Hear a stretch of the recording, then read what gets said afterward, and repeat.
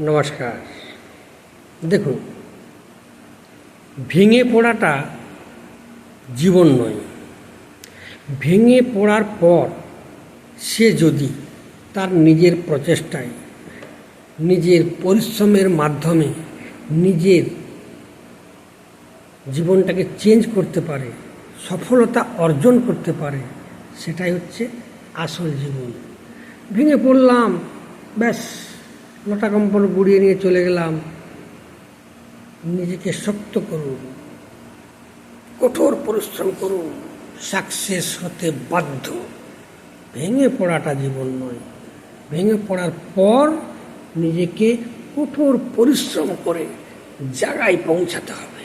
সেটাই হচ্ছে লক্ষ্য থাকা উচিত, সেটাই হচ্ছে আসল জীবন। ধন্যবাদ।